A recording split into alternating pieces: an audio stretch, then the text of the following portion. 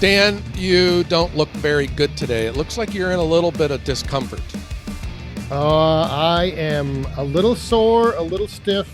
I spent the day stacking firewood. Why would you want to waste your time stacking firewood? Just I leave it in a pile like everyone else. Yeah, unfortunately, that's not the way I like to. I like to have my wood stacked up, nice and neat, so it seasons. Joe, that's the Hmm. key. That's the key right there. Seasoned firewood. You're preaching to the choir there, Dan. Yes. And it just so happens that you bring up this topic of seasoned firewood. If you look right across the table, Dan, you might recognize a person sitting here that has a lot of experience about firewood, the seasoned firewood, the firewood industry. And I invited him in today to hang out with us and talk. Yeah, I heard that he is a wealth of knowledge when it comes to everything firewood. He And is. since this podcast is everything firewood, I think it's a great fit. I think it's an awesome fit. I want to introduce to everyone out there listening to the Woodhounds podcast to our very good friend, Harry Watt, who is the wood product specialist at the Wood Product Extension of NC State University. Harry, how are you doing? I'm doing great, especially hanging out with wood wizards like you two. Ah, he is he's already earning his free coffee, Dan. Dan and I take compliments all the time. yes, we do. Yes, we do. Good to see you, Harry. Good to have you here on the Woodhounds podcast. Looking forward to hearing a little bit about your extensive knowledge in the topic of firewood. Yeah, and Harry, to a lot of our listeners out there, if you have been around YouTube and the firewood community for a while, I'm sure you have seen or heard Harry because he has his own channel and he runs a host of workshops across the country involving firewood, specifically directed at firewood producers, firewood delivery services, and he puts the episode on YouTube, and it's out there for anyone who has an interest to dial in and listen to it. It's a wealth of information, and that is how I first heard of Harry Watt, and it was just exciting that we were able to meet in our professional capacities, and that Harry, you were willing to come on here and talk to us on the Woodhounds podcast.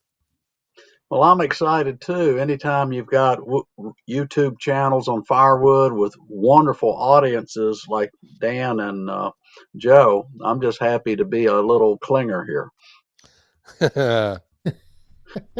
When I first met Harry, he called me up and he says, Joe, he says, I am looking for a firewood professional who is intelligent, articulate, and has a face for the video camera.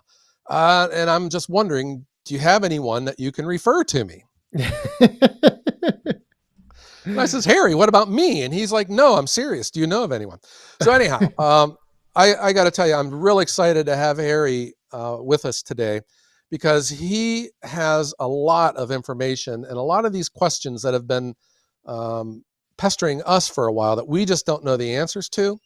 And that Harry also has his eye on business, not just being an end user of firewood, but the entire industry from forest to the fireplace.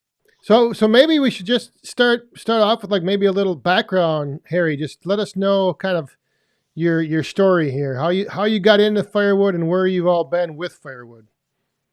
Yeah, I'm Harry Watt from Western North Carolina, Iredell County, in the Piedmont, 1,000 feet of elevation. Grew up on the family farm and still have part of it that I live on, and we burn firewood.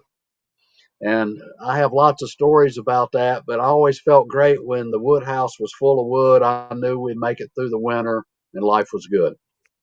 My dad, he kind of liked to run the stove differently than I did. I like to run it to be efficient, and he liked to run it to be long lasting. So he liked to burn greener wood than I did, and he liked choking the air off of it so it would smolder all night.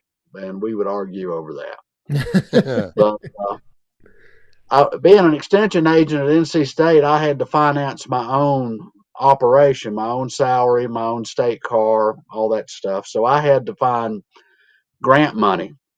And I did a really good job working with the U.S. Forest Service to do workshops for them on all kinds of things, lumber, sawmills, and so forth.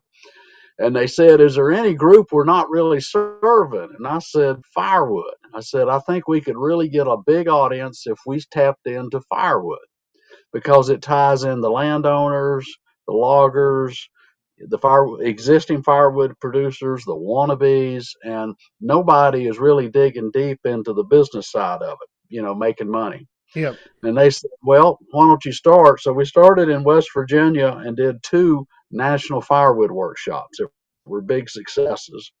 And other states wanted us to come visit. So we went to Maryland, we went to New York, we went to New Hampshire, came back to North Carolina, went to Tennessee, and ended up in Wisconsin last year. And these were all successful. And when we had one of these, we would have people coming from Canada. And I don't mean Canada just going to New York. I mean, we had the Canadians coming down into Maryland and other places. So we Wow. always had lots of speakers, and I really tried to load up the agenda with firewood producers, dry kill people, processors. Uh, if I didn't speak at all, it was great. That was okay because I'd rather people say I lost my shirt doing something dumb and don't do what I did, or somebody say I made a lot of money doing this and you ought to try it too. They were always a lot of fun. We had great social times. People passed out business cards. They visited later on, and we got to what I know in the firewood business comes from talking to people who had their family business and their treasure on the line, like Joe. I mean, Joe needs to make money on firewood. So I take that and I just regurgitate it and help people out. So that's where I have been working for NC State Extension. Wherever the Forest Service was dangling a carrot, I was the mule going after the carrot. So how long have you been doing that, Harry? Golly, we have done probably 10 of these National Firewood Workshops. I've done workshops in North Carolina, Virginia on firewood, and I feel calls on firewood all the time. And I try to help people out. I was working with a guy who had a bad dry kill. Luckily, it burned down.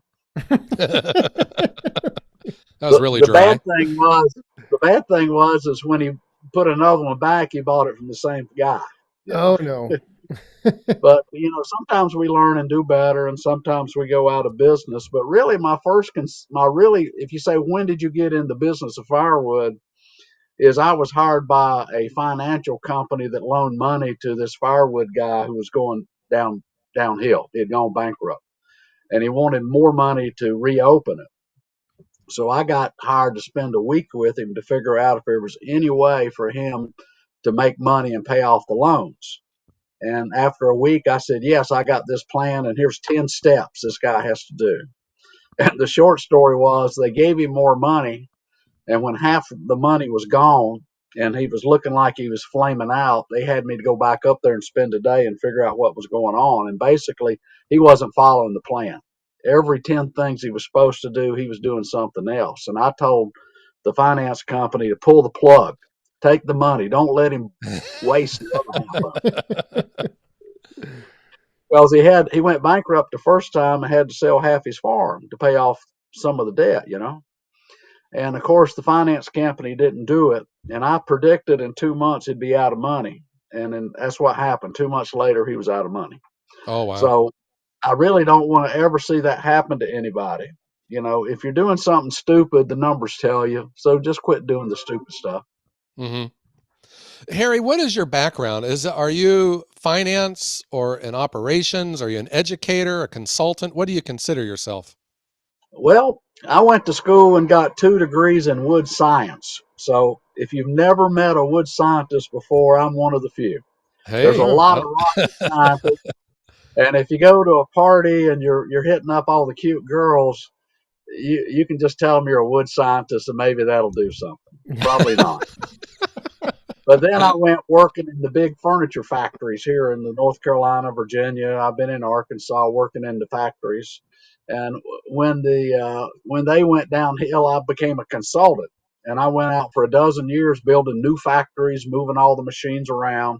And I always worked the finances to see if we spent all this money on new plant and equipment, was it going to pay off? So I liked running the numbers.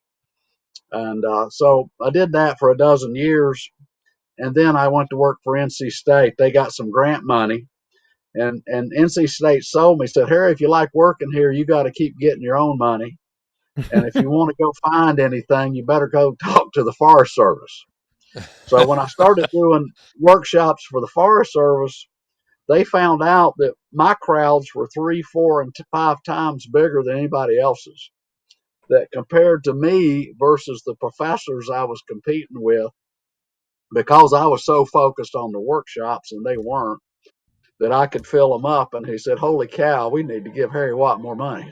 There you go. So Nice. every time I needed money, I would talk to the Forest Service, and that's where they asked the question, "Who are we not serving?" And I said, "Well, we're not serving the firewood industry. There's a lot of interest out there, and if we do workshops, they will come from far and wide," and that's been true. Have you found in these workshops like more attendance from like firewood producers, or is it just firewood consumers and producers that attend? It's primarily the producers for Okay. a lot of reasons. One is they have lots of questions on splitting woods, how do splitters work, what kind of splitters do you use for different size logs. They want to know about the processors, gas engines, diesel engines, electric engines. They want to know about conveyors, material handling, delivery. The bundle business is always a good topic to cover. They'll sit on the edge of their seat to find out how in the heck do you find these brokers? What do they pay? What contracts you have to sign? Do you have to sign your life away? And the answer is yes. Because if you're in the bundle business and the problem, you get to pay for the whole problem. You know, but at the same time, it's the volume business. You put a couple thousand bundles out there a day. That's pretty good. Hmm. What kind of business owner comes to your workshops? Is it the small startups? Is it the big international shippers or interstate shippers? Or is it 100 cords or a 100,000 cord producers? It's mainly the smaller people. They're trying to grow bigger and they want to know what's on the other side of the mountain. It's a lot of people that want to get started. They've got the pickup truck and the chainsaw and the hydraulic splitter. They want to go. They want to go where to go next. Yeah. And like you have had the super splitter or the kinetic splitter, they want to hear about that. They want to see pictures. Hmm. Uh, One of the popular things I've done is to have the demos. When we do the National Firewood Workshop, we would have a lot of splitters. We'd have 6 processors out there. We'd have the corkscrews, splitters. We had dry kill people. We had one company that brought dry kills to the workshop so people could walk in, look around, see the controls. Oh, wow. So it's show and tell and confess. You know, Yeah. the most popular topic we covered is like producers tell all, the good, the bad, and the ugly, Uh-huh. Mm. the things that worked and the things that didn't work. And it was just hilarious because when you put these people up there, and it's men and women, you don't know what they're going to say. I mean, it's Yeah. just going to come out. But I will say this: you can make money in firewood. You can make good money. You can make great money. You can be stupid and lose money. The Sure. fella that I consulted early on that first time, he was stupid. I mean, I would sit there and say, "Look, you and I made this plan. You're not following it, and why don't you follow it?" And he would say, "Well, I want to do it my way and see what happens." I said, "Well, you did that last time, and you lost half your farm. You know, Right. don't do it again."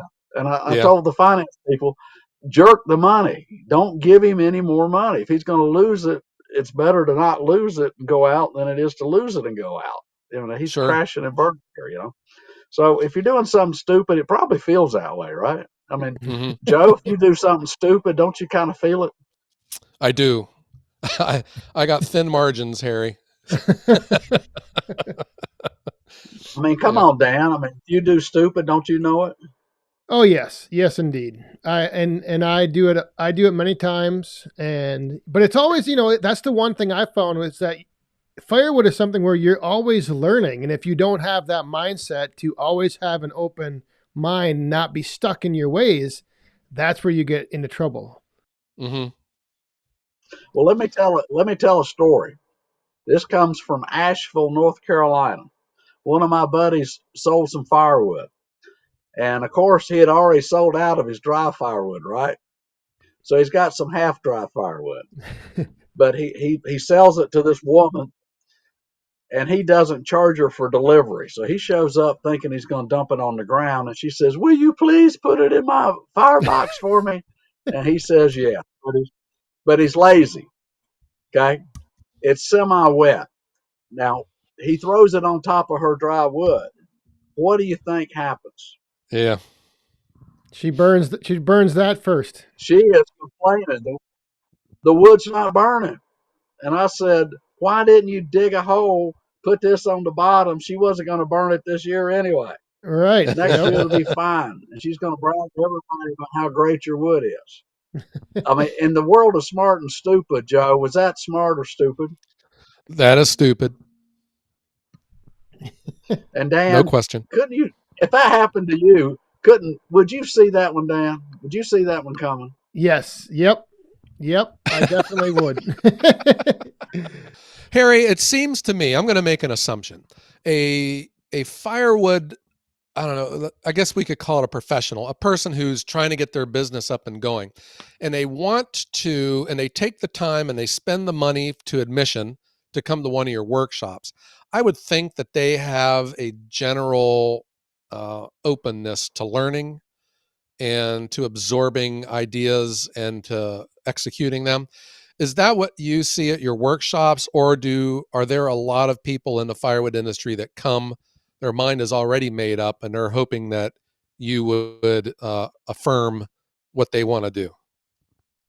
It's a little of both. So if people are on track and they get reinforced at the workshop, that's good. And if they're on the right track and they say, "Holy cow," uh, we had some people in Western North Carolina that was going to invent a new way to dry firewood where you didn't have to kiln dry it. And these people are at 3,000 feet of elevation, and Wow. their thing was to store it outside. They were going to take a vertical pipe, like 20 inches, and drill holes in it, and pile the wood in a circle around this pipe, and that was going to kill dry their firewood. Now, anybody that I mean, they weren't even going to cover it from the rain at 3,000 feet, you know? And it's like, holy cow. And I call these pet ideas. And we all have them. We all believe something that nobody else believes because it's dead wrong, okay? Hmm. And it happens in firewood. You've got some people that believe the best thing you can do, and I've seen YouTube videos where people say the best thing you can do is fill your firewood as tight as you can. Don't let any air get in there between the sticks of wood. And to me, that's incredibly stupid. You know, Yeah. if you can't get air to it, it can't burn efficiently. And learning Hmm. how to burn wood, if you watch how your fire burns, like if you got a glass door on your stove, you'll learn a lot more on what really works and what's not working. And that's talking about proper burning technique. I have what I think, I'm just turned 67, and I think I finally am hitting wisdom and once in a while. But I've been really sitting in front of my stove watching it burn, trying to solve the riddle of what you're supposed to do. And I have what I call a modern stove that has a fixed air intake. I cannot adjust the air going in. So I only burn dry wood. I've got wood that's probably 5 years old that I'm burning, okay? And it's been in a shed, open shed. Hmm. So it's really good and dry. I put it in there, it's like lighter fluid. Wow. So if I put too much in there, it sets the fire alarms off. That's how bad it is. But you have your choice in using a stove. You can, if you want to go over longevity, put the wood in tonight, it's there in the morning, then burn green wood, pack it close together, and it'll last a long time. It'll produce a lot of creosote. You'll have low efficiency, but it'll last a long time. If you want high efficiency, you only burn dry wood, you burn small sticks, and you stack it crossways or leaned up so there's a lot of air around it. And you will get really high efficiency, 70s, 80s%. You're never going to get 100 because most of us is taking inside air and going out. We still have water in dry wood. So if you can get 70% burning firewood, you are successful. So All right. take what you want. It's your choice. If you want to choke it down and make creosote and it lasts a long time, God bless you. Yeah. Have The chimney insurance sweep will on like your you. house.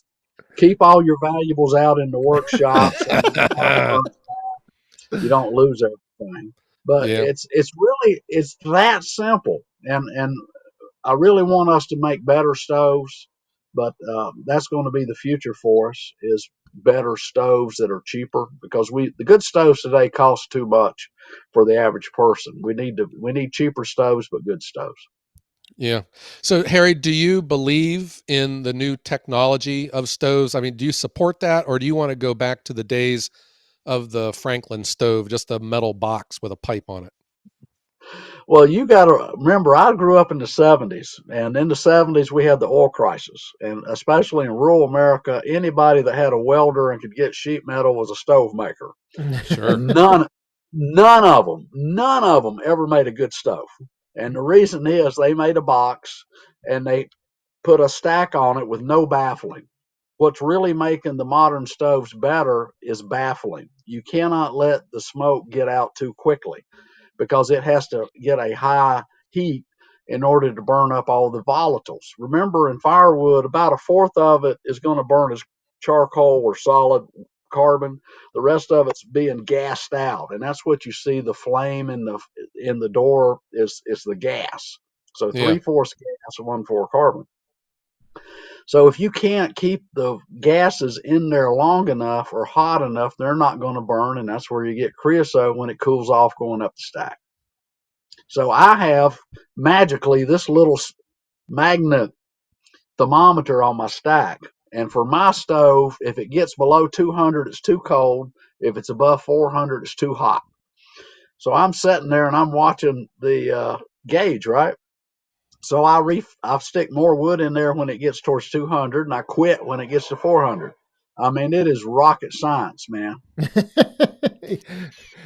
Yeah, it does when you explain it like that, it does sound pretty simple, but I've had people, overcomplicate that whole thing way too much.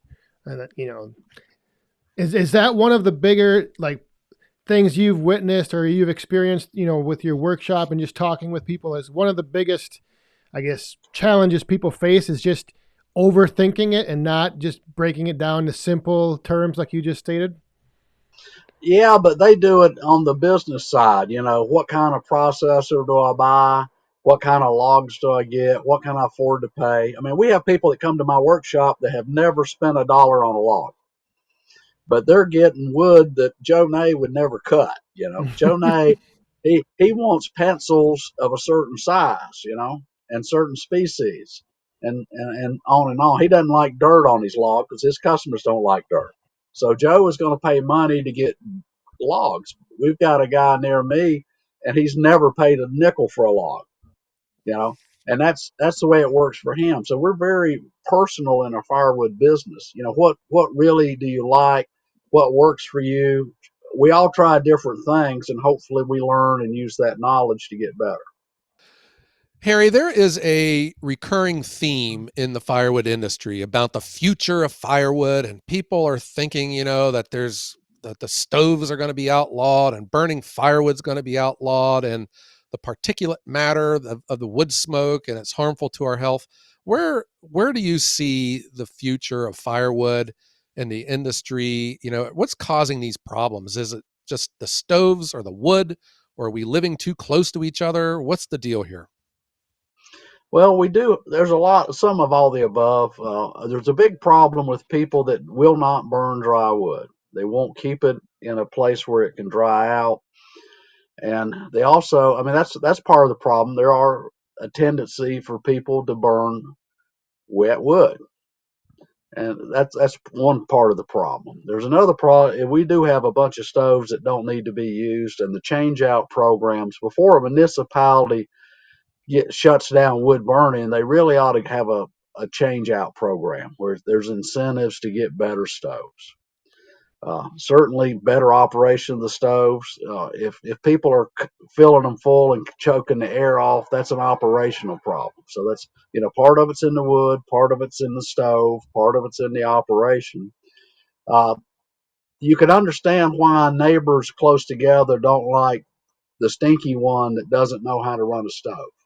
And then what can they do about it? So they Sure. run to the public officials and say, look, our neighbor is stinking us out and we don't like it. And when we go talk to them, they tell us to go away.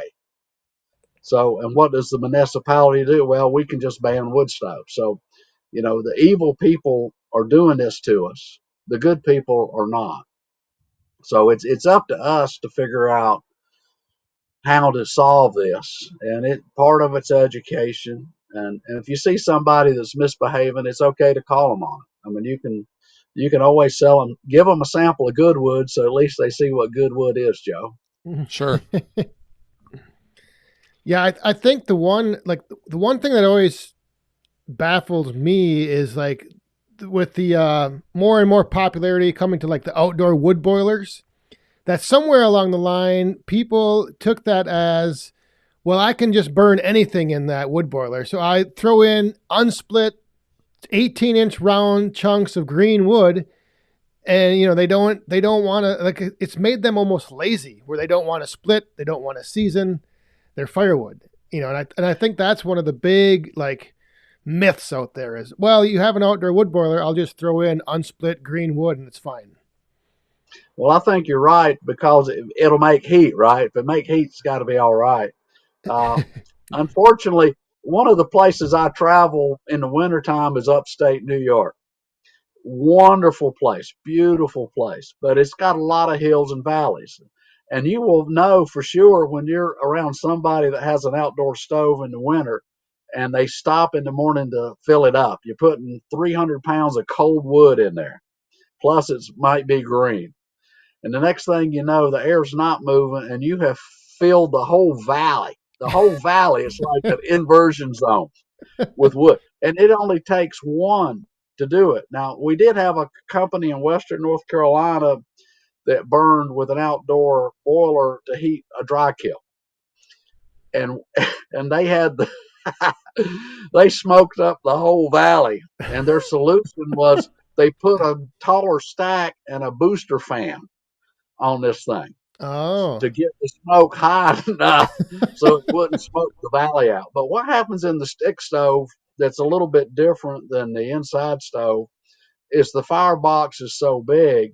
When you put hundreds of pounds of wet wood in there or cold wood, it until it comes up to temperature, 300-400 degrees, it's going to smoke and it has to smoke and it will always smoke, guaranteed. If you've got cold wood, so that's where you need the smaller splits, the dry wood, and stacking it in an open crib type situation to get air to it. But the old water stoves, and my family had two water stoves. My dad's had one, and my brother had one. And we used them forever. In the 80s, North Carolina had a 25% tax credit on those water stoves. And when they first made them, and even till lately, they had a flaw in the design. They did was build a box to have a fire surrounded by cold water. And remember, in these big stoves, 180 degrees is really as much as you want it.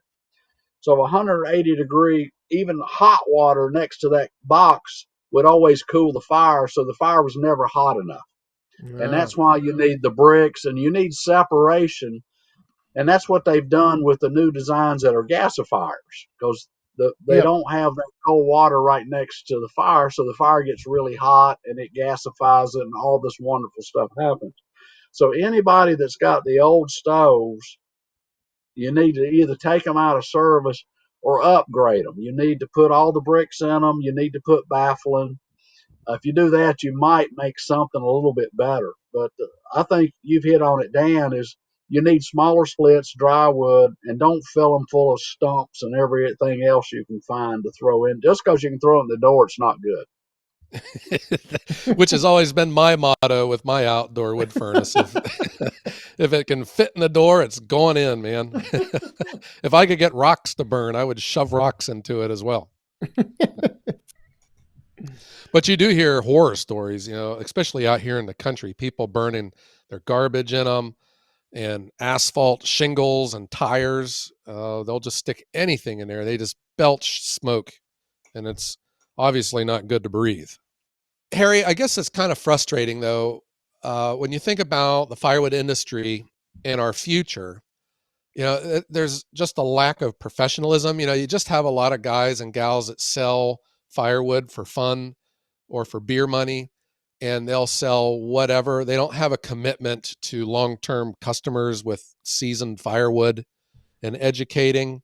And then you got a lot of homeowners buying firewood in the dead of winter, which you can assume probably isn't the driest wood to be burning right now, but it's still going into the fireplaces. I don't know. Is there a solution out there? And that's where people want to cry about the EPA and legislation, but there certainly is a problem out there that has to have a solution.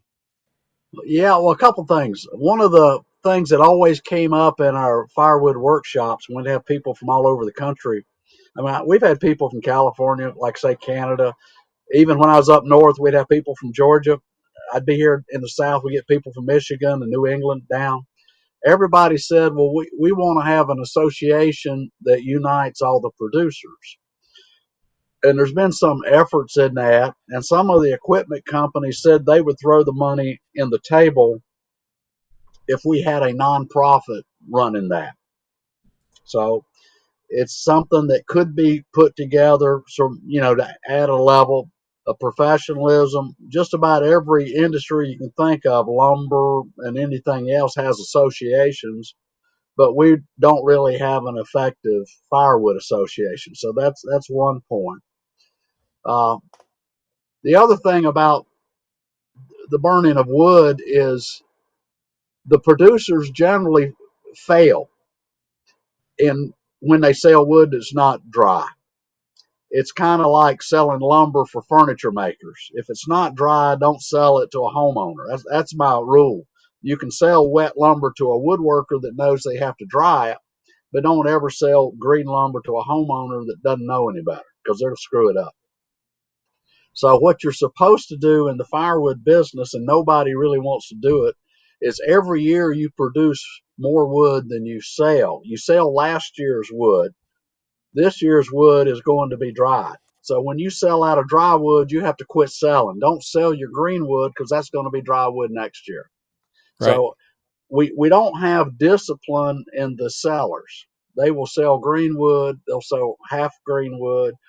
They need money. They need money. They got all kinds of reasons they need money. So they're not. I was in Tennessee doing a video on a firewood machine, firewood processor at a firewood business. And this guy in February shows up with a trailer to get wood they just split. It was dead green. And I was laughing. I was laughing. And I said, I wonder what he's going to do with that firewood. I mean, it's a spitting snowy day. Nobody goes buying green wood to start stacking in February, right? He bought that wood. That wood was going to go in the stove that day, right? Sure.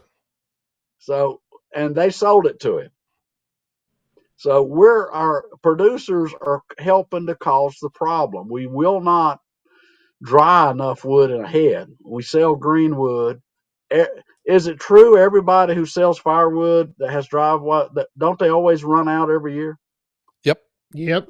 So how can that be? All I have to do is know how much I'm going to sell next year and cut it this year. Right. Joe, why would you sell green wood? Yeah. Well, number one, I don't. And that is how what you were just saying, Harry. And first, I want to remind everyone we're talking with Harry Watt. He is the wood product specialist from the Wood Product Extension at NC State. But Harry, and thank you for joining us here at the Wood Hounds podcast. We are the number one firewood podcast in the world, Just wanted to add that. Um, but Harry, what you were talking about, I was sitting here pumping my fist and I'm going, yes, because that's what I do. When I first started, I had like 6 cords. And then the next year I had 12. I just kept making and I'm selling next year's wood. And I'm making wood right now, but it is not going out for sale. And my phone is still ringing off the hook. People wanting to buy wood, people wanting to buy wood. And everything I have right now is sold to the customers that have already got into they purchased all their wood. I'm just sitting on it until they need it. So that is just the way I do business. And I'm not going to sell green firewood for a number of reasons, mostly because it's not worth as much money to me. I can sell seasoned firewood for a heck of a lot more than I can green firewood. And now this time of year, I am just going to sit on this wood and it's worth it to me and let it dry out. And when I start selling it next February, you get a good amount for it than what you could selling it in the summertime. Well, that's a lesson our producers need to learn. I guess what we need to do is to write a book. Maybe you two and I can get together and we write the book of explaining, how to grow the firewood business. And part of Sure. it's discipline.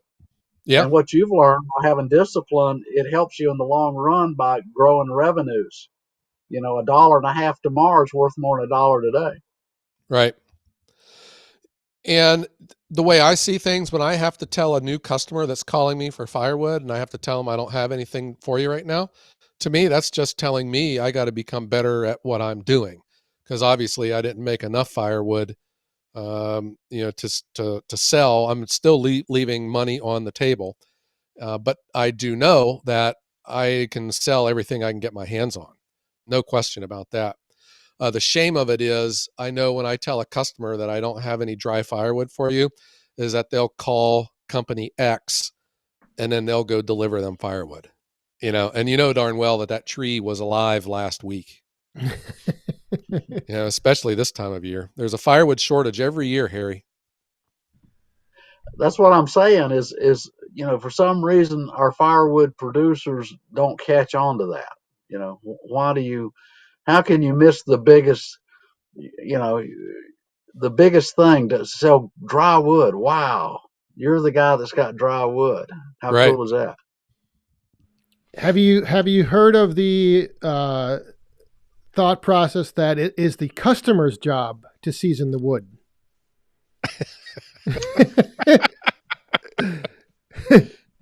Oh yeah, yeah. We can sell green white firewood all day long, and they'll dry it out, right? Yeah, they dry it in the firebox, and dries real good in the firebox, right? Yeah. Well, I used to go to some state parks in West Virginia where they gave you free firewood to burn, but it was extremely dry, and I was the only one there that could figure out how to burn it. And that is, you cut it in little pieces. You start with some kind of dry wood you brought with you, and you filled the whole fireplace full of wood, and it dried on the way up. So you can burn green wood. It's just stupid, you know. Yeah. You Yeah. just it just doesn't work. Really, it's a bad deal, and it gets people killed, and we shouldn't be doing it. What in your experience do you give as far as seasoning time? I know I've heard where like people will say, if you have your wood split and in the woodshed by Easter, it'll be ready in the fall. Or do you think a full year is needed, or it depends on the species? What are your thoughts on Well, I that? think it's all. I mean, things like oak and hickory are so dense; it takes a long time. A big part of it is how much access there is to air. Is it on the ground? Are you keeping water off of it from the rain and snow? I've seen with these conveyors, we can stack firewood 30, 40 feet in the air. It's crazy.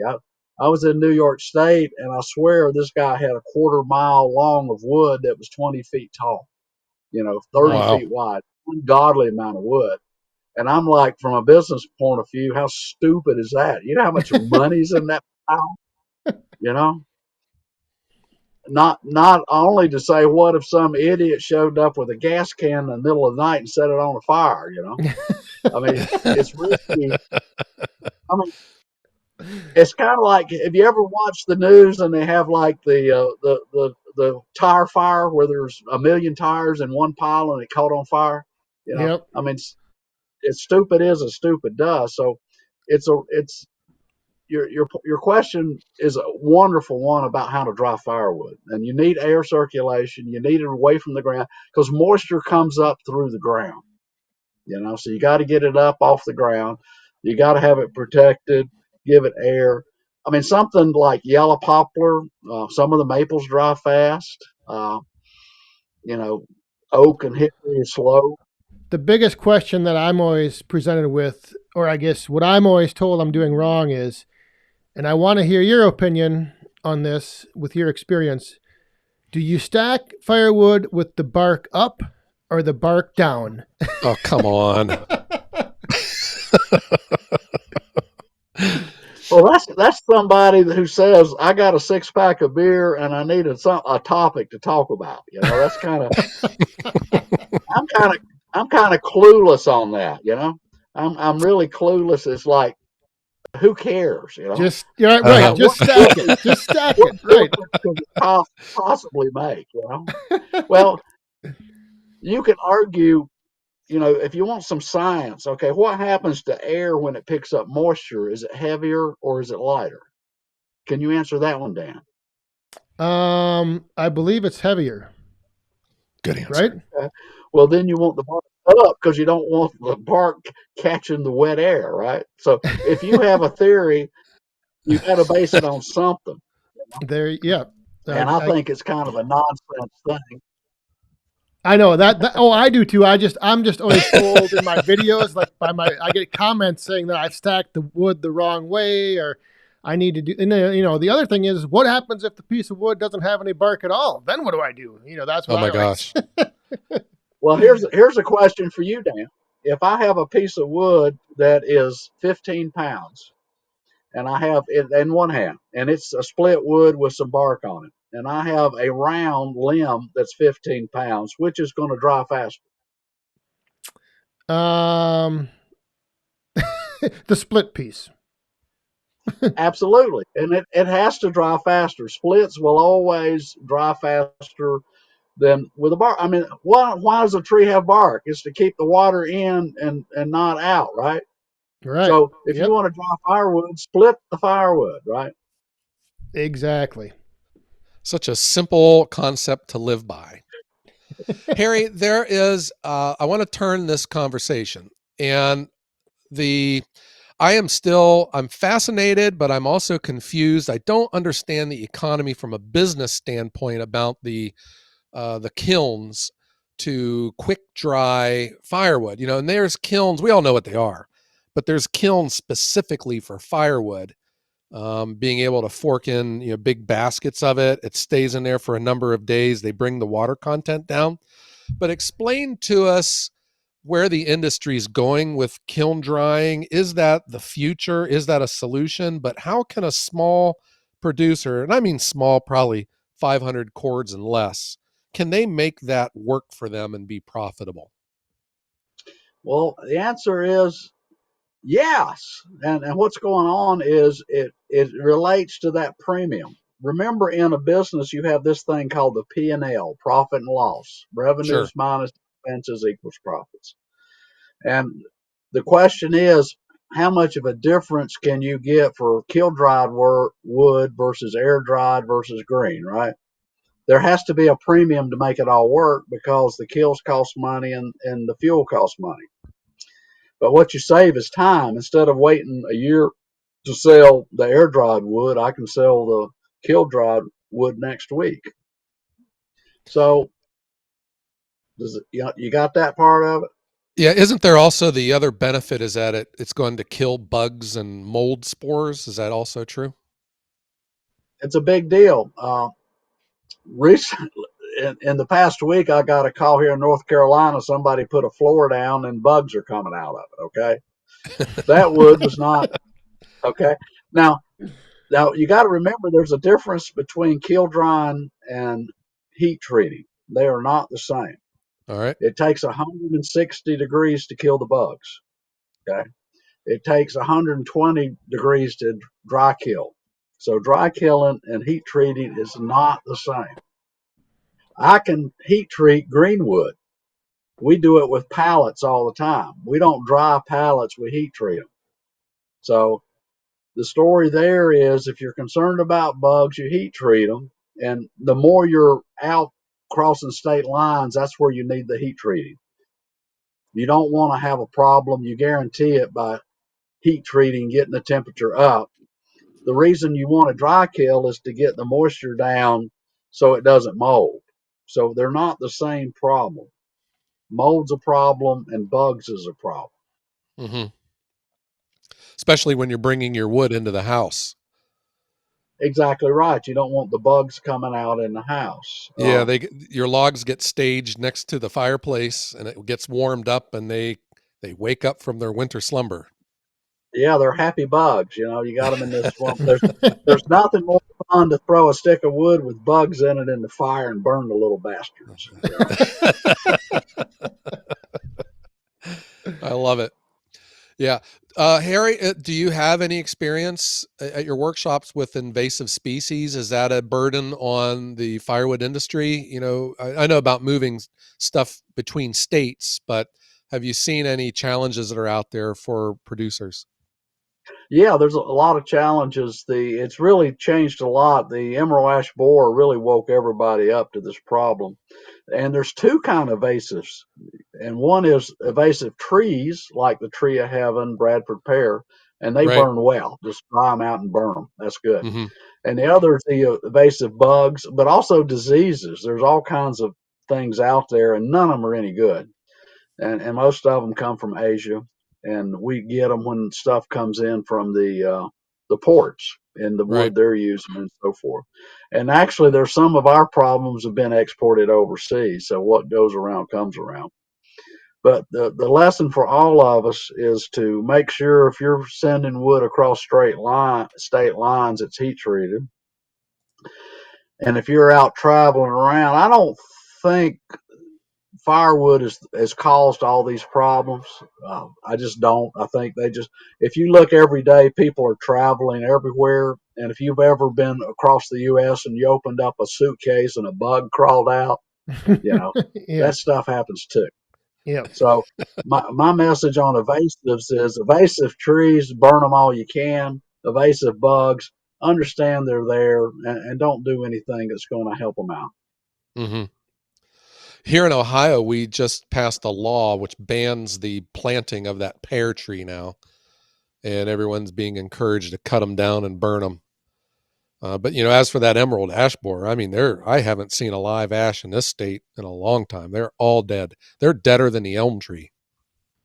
They are now. My house, I have 75 ash trees, and I treat them in the spring with poison. Yeah. You poison the ground, and that holds them off for a year. And I've got a sawmill, and I'm going to work them into the sawmill and to the wood stove. So in my long run, they're going to be gone. But they're such a great tree that it's a huge loss for America not to have the ash, and we need to pay attention to it. It's really Yeah. Well said, Harry. Yeah, this this whole conversation here. It's been fascinating, Harry. I do you. So, are you still doing these workshops? What's is there like a where can someone find more information if they wanted to attend or just sit down and you know chat with you like we've been doing? Yeah. Because, like I said, this has been fascinating for me. I'm Hmm. really enjoying this. Well, let me tell you, last week was my last day at NC State. I retired Oh because boy. I'm 67. I've been working for them for 17 and a half years. Last week, I ran my wood splitter because I had a tree that fell down across my wife's lilac bushes and into my driveway, so it got cut up. And so I run my splitter about every other week, splitting something up. But if somebody asked me to do something, I would probably do it. My wife said, if you're doing this Zoom for Joe Nay, are they paying you anything? So I guess I'm going to have to sometime get a for-profit thing going. But when we did those workshops for the Forest Service, they paid me, and we charged enough to cover just the expenses of the workshop, which was mostly lunch. I mean, most of the time we charged like $40 for a whole day, and we fed everybody.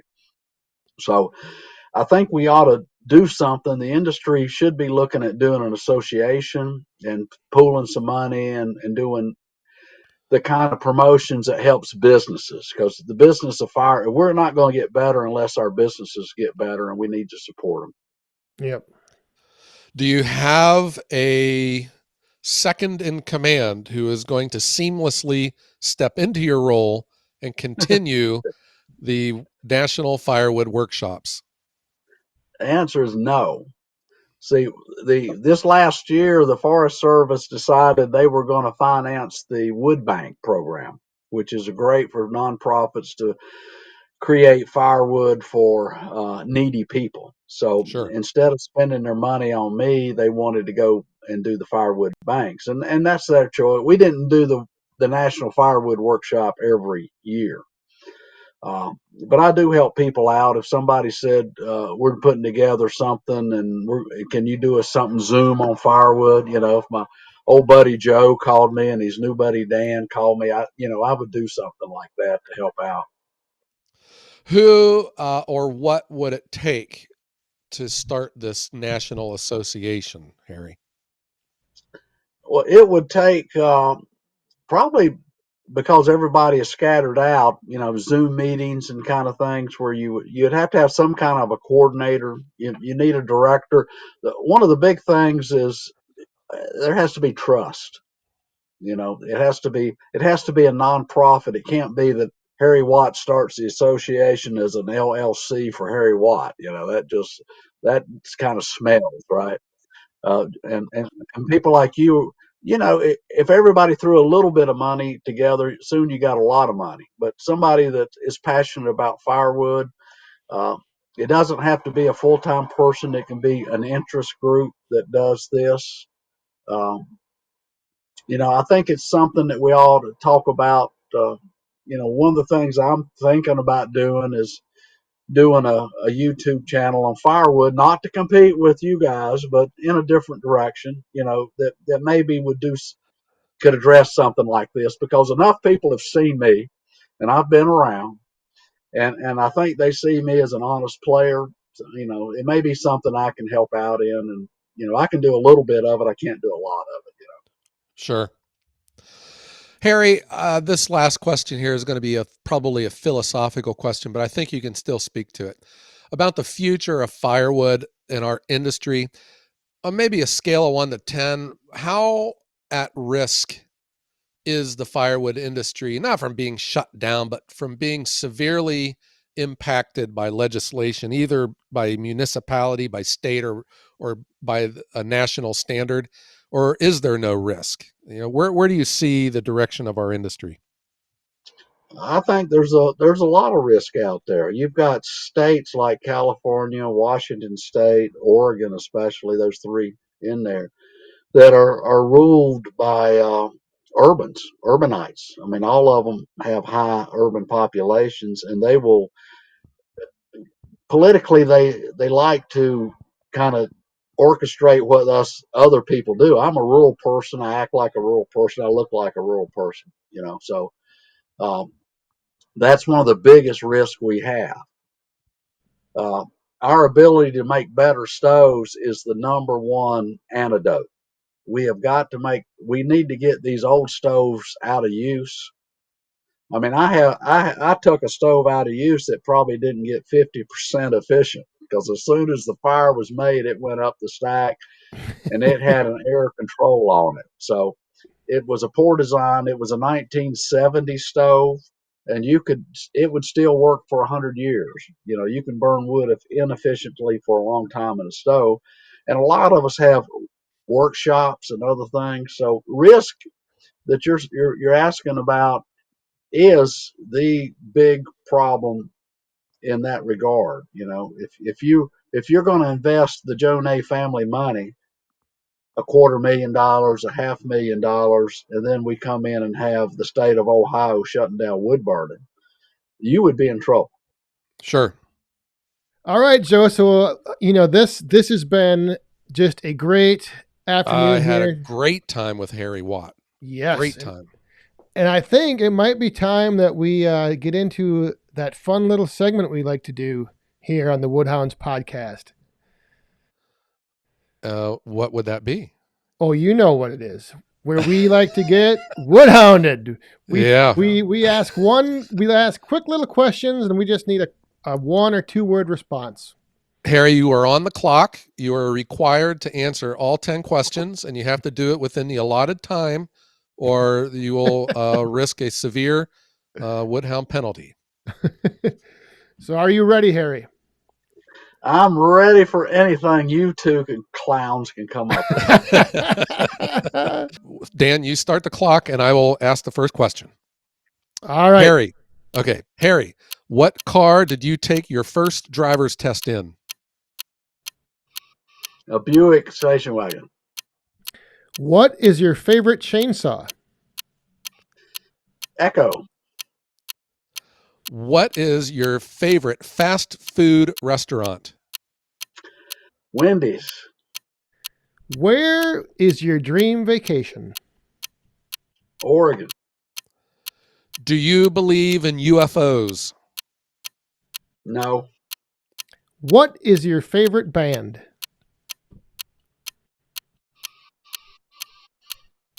Ralph Stanley. What is your favorite firewood species? Bradford pear. Would you rather go to a monster truck pull or a symphony orchestra? I would bail out of both of them. Boo. No. Boo. I'd rather split sweet gum. Who is your favorite historical figure?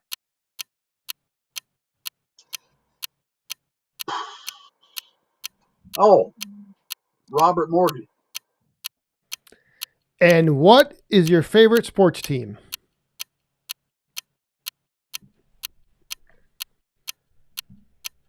I guess the Dallas Cowboys. All right. All right, Harry. Good job, Harry. I think without a doubt, Dan, Harry performed the best in the woodhounded section than our previous guests. Don't you agree? I would have to agree. I would have to say so. Yes. We're going to have to come up with more challenging questions next time. Well, guys, I was blindsided by that. You know, I didn't see that. Harry, you should have known by now to be on par with the woodhounds. You got to be on your toes. Well, I was not a woodhound recipient. I'll have to be a devotee, I guess, and be a subscriber and all that. Well, unfortunately, you are now a woodhound and forever will be one. You are a ceremonial woodhound grand poobah. So I was woodhounded. That's right. I was beaten down. That's right. Yes, indeed. Yeah, I got to tell you what, Dan, I think this is great. This is probably going to be my favorite episode of all time. Yeah, I have to agree. Yeah, he says that every week, Dan. He says that every week. You know, the new guy gets to hear that. I know. Well, Dan, what do you say we've kept Harry here long enough, and perhaps we should strike up the band and let's get out of here and let's get the stacking wood. Sounds good. Harry, once again, thank you very much. Great sitting down with you and chatting. Really enjoyed hearing everything you had to say. Totally agree. So, Dan, let's get on out of here. And I'm going to ask that everyone be safe and have a great day.